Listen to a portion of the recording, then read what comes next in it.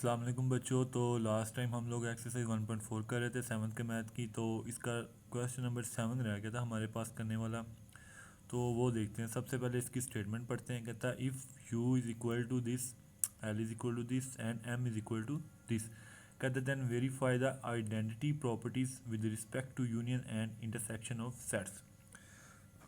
कह रहा जी अगर हमारे पास ये सेट्स हैं जो हमें गिवन है, तो फिर हमें आइडेंटिटी प्रॉपर्टी वेरीफाई करनी है यूनियन के ऊपर और इंटरसेक्शन के ऊपर। अब सबसे पहले तो हमें आइडेंटिटी प्रॉपर्टी का पता होगा तो हम लोग क्वेश्चन करेंगे। तो आइडेंटिटी प्रॉपर्टी उसने पीछे बुक के अंदर डिफाइन की हुई है। ये क्या होती है, ये देखें जी। Identity property with respect to union. तो यूनियन के रिस्पेक्ट आइडेंटिटी प्रॉपर्टी उसने बताई हुई। कहता है in sets the empty sets acts as identity for union. तो कहता है यूनियन के अंडर जो फाई यानी कि एम्प्टी सेट है वो आइडेंटिटी एलिमेंट है इसका यूनियन का। यानी कि किसी भी सेट का यूनियन लें फाई के साथ तो वो सेट खुद ही आता है। तो ये बेसिकली ये वाली प्रॉपर्टी है कि उसी सेट को आप लोगों ने फाई के साथ एम्प्टी सेट के साथ इंटरसेक्शन ले लेना, तो वही सेट अगर दोबारा आए तो ये इंटरसेक्शन की, ये यूनियन की आइडेंटिटी प्रॉपर्टी होगी। इसी तरह इंटरसेक्शन की भी आइडेंटिटी प्रॉपर्टी होती है, वो भी हम लोग देख लेते हैं। कहता है in the sets universal set acts as identity for intersection. It means A intersection universal set is equal to A. Identity का मतलब ए है कि उस ऑपरेशन के अंदर अब हमें यूनियन में यूनियन लेना है किसी ऐसे सेट के साथ कि ए सेट वापस आ जाए। तो वो ऑब्वियस सी बात है एम्प्टी सेट होता है। अब इंटरसेक्शन में भी वो सेट वापस आना चाहिए, तो जाहिर सी बात है अब अगर हम लोग यूनिवर्सल सेट के साथ उस सेट का इंटरसेक्शन लेंगे तब ही तो वो सेट वापस आएगा, क्योंकि यूनिवर्सल सेट उसका बड़ा सेट है, उसका सुपर सेट है, और ये सेट उसका सब सेट होता है। तो अंडर इंटरसेक्शन जो हमारे पास आइडेंटिटी है वो यूनिवर्सल सेट है। अंडर यूनियन जो आइडेंटिटी है हमारे पास वो है फाई यानी कि एम्प्टी सेट। तो अब ये क्वेश्चन करते हैं हम कैसे करना है इस क्वेश्चन को। सबसे पहले जो हम लोगों ने सेट लिख लिए। अब पहला काम property with respect to union. तो यूनियन के अंदर प्रॉपर्टी क्या होगी अगर हमारे पास सेट एल और एम होगा, क्योंकि यू तो यूनिवर्सल सेट है। तो एल के लिए एल यूनियन आप लोगों ने फाइल लेना तो एल आंसर आना चाहिए, एम यूनियन फाइल लेना चाहिए तो एम आंसर लेना चाहिए। ये यूनियन के दो हिस्से होंगे।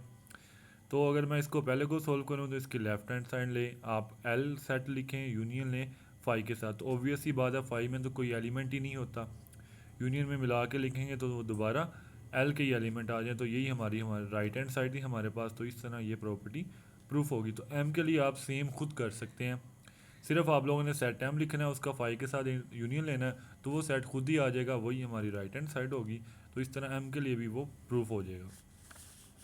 तो दूसरा पार्ट आप लोगों ने बिल्कुल इसी तरह इसका खुद करना, कोई फ़र्क नहीं है, कोई मुश्किल नहीं है। अब हम करते हैं इंटरसेक्शन के लिए। Know for intersection. इंटरसेक्शन के लिए हम पीछे पढ़ के आए हैं कि इंटरसेक्शन में करना ये है कि अब उसका इंटरसेक्शन लेना है यूनिवर्सल सेट के साथ, ताकि एल हमारे पास आए, तभी तो ये हमारी प्रॉपर्टी बनेगी। इसी तरह आप लोगों ने एम का भी इंटरसेक्शन लेना है यूनिवर्सल सेट के साथ, फिर दोबारा एम ही वापस आएगा हमारे पास।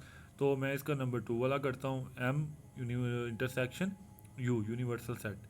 तो एम यूनियन आप एम इंटरसेक्शन यू लिया, आप लोगों ने एम लिखा और यू लिखा।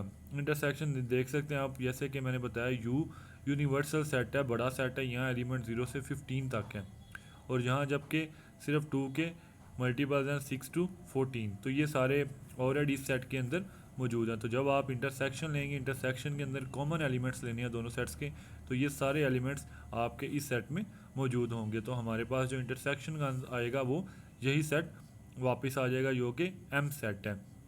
इस तरह यही हमारी राइट हैंड साइड थी जो क्वेश्चन के अंदर हमें प्रूफ करना था। तो ये इसकी प्रॉपर्टी प्रूफ हो गई है। तो आप लोगों ने इसका ये वाला पार्ट खुद करना है और इसका पहले वाले का दूसरा करना है, कोई फ़र्क नहीं है, बिल्कुल सिमिलर पार्ट्स हैं। उसके बाद हाँ जी हम लोग देखते हैं हमारा नेक्स्ट टॉपिक है जी represent sets through Venn diagram. तो हम लोगों ने वेन डायग्राम बनानी है। वेन डायग्राम कैसे बनती है? वेन डायग्राम बनाने का तरीका ये है, तरीका नीचे उसने डिफाइन किया हुआ कि वेन डायग्राम हम लोगों ने बनानी कैसे। अगर तो हमारे पास एक सेट है उसके लिए वेन डायग्राम में एक सेट बनेगा। सबसे पहले आप लोगों ने एक ट्राइंगुलर बॉक्स बनाना है, ये इस तरह का रेक्टेंगुलर बना लें या ट्राइंगुलर बना लें।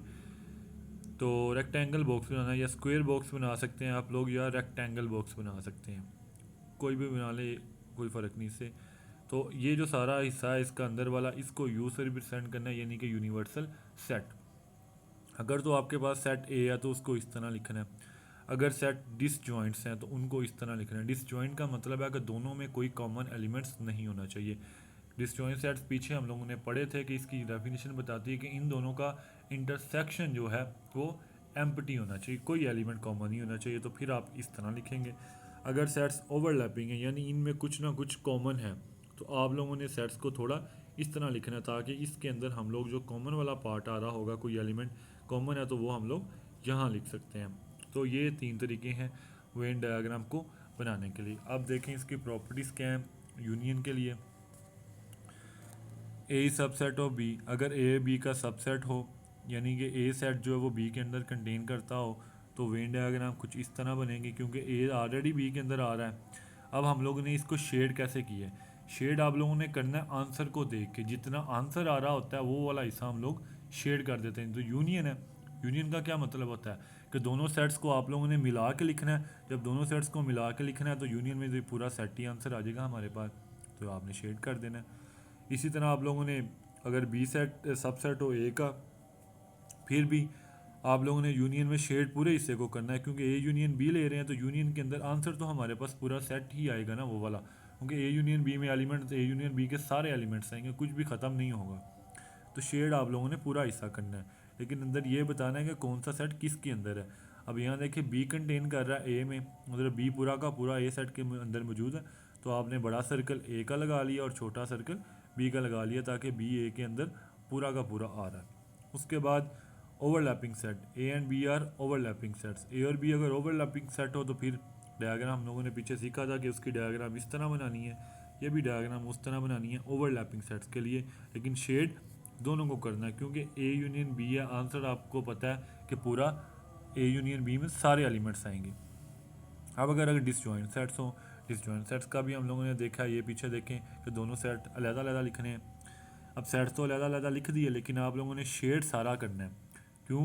क्योंकि शेड इसलिए सारा करना है क्योंकि ए यूनियन बी में अच्छा है ये सेट डिसजॉइंट है, लेकिन उनके यूनियन के अंदर तो पूरे के पूरे एलिमेंट्स आने हैं, उसमें तो कोई फ़र्क नहीं पड़ना, आंसर तो पूरा आना है। तो इस वजह से ये आप लोगों ने हिस्सा शेड कर दिया। अब इसी को इंटरसेक्शन के लिए देखते हैं कि तब क्या होगा हमारे पास।